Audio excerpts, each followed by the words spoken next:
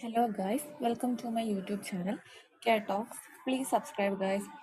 അപ്പോൾ ഫസ്റ്റ് ഞാൻ ഇന്ന് വിചാരിച്ച് എൻ്റെ ഫസ്റ്റ് ബി എൽ ഡ്രാമയെ പറ്റി ഒന്ന് പറയാമെന്ന്. എൻ്റെ first B L drama together the സീരീസാണ് 2020 റിലീസായ ഒരു 13ഓളം എപ്പിസോഡ്സും പിന്നെ ഒരു 3-4 സ്പെഷ്യൽ എപ്പിസോഡ്സ് ഒക്കെ ആയിട്ടുള്ള ഒരു കുഞ്ഞു ഡ്രാമ.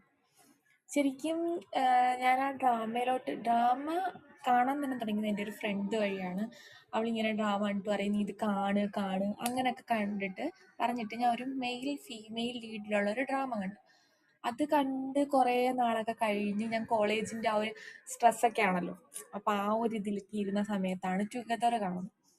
ടുഗദർ കണ്ടപ്പോഴത്തേക്ക് സത്യമായിട്ട് എനിക്ക് എന്താ പറയണ അത്രയും ക്യൂട്ടായിട്ടുള്ളൊരു ഡ്രാമ. ക്യൂട്ട് റൊമാൻറ്റിക്, ബ്രൈറ്റ് ആണെങ്കിലും വിന്നാണെങ്കിലും സരാവ ടൈം, ആ ഒരു ക്യൂട്ടായിട്ടുള്ള 2 ബോയ്സ്, അവരുടെ റൊമാൻസ്, കുഞ്ഞു കുഞ്ഞു മൊമെൻറ്റ്സ്, ഒരു കോളേജ് ലൈഫ്, ശരിക്കും നമ്മളൊക്കെ ഇഷ്ടപ്പെട്ടു പോകും. അത്രയ്ക്ക് ക്യൂട്ടായിരുന്നു. എനിക്ക് മെയിൽ ഫീമെയിൽ ആ ഒരു ലീഡിനെ വെച്ചെടുക്കുമ്പോഴത്തേക്കും നമുക്കറിയാം ഓക്കെ നോർമലി ഇങ്ങനെയൊക്കെയാണ് വരുന്നത്.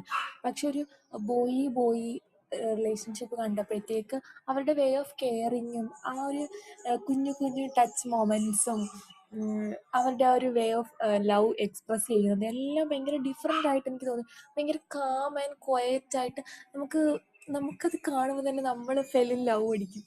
ലവ് അറ്റ് ഫസ്റ്റ് സൈറ്റ് ആ സംഭവമൊക്കെ അടിച്ച് അത്രയും നമ്മൾ അതിനകത്ത് മുഴുകിയിരുന്ന് കാണാൻ പറ്റിയ ടൈപ്പ് ഒരു ഡ്രാമ. ശരിക്കും എനിക്ക് അത്രയ്ക്ക് ഇഷ്ടപ്പെട്ടു. ഫസ്റ്റ് ഒരു ഇംപ്രഷൻ, ഒരു റിയൽ വേൾഡിലോട്ടുള്ള ഫസ്റ്റ് ഇംപ്രഷൻ എന്ന നിലയ്ക്ക് എനിക്കത് പക്ക ഓക്കെ ആയിരുന്നു. അതിന് ശേഷമാണ് ഞാൻ ഇപ്പോഴും ഈ ഒരു ബി എൽ വേൾഡിൽ സ്റ്റക്കായി നിൽക്കുകയാണ്. ഞാൻ ഫീമെയിൽ ലീഡ് കാണുന്നതിനെക്കാട്ടി കൂടുതലും ബി എൽ ഡ്രാമാസാണ് കാണാറുള്ളത്.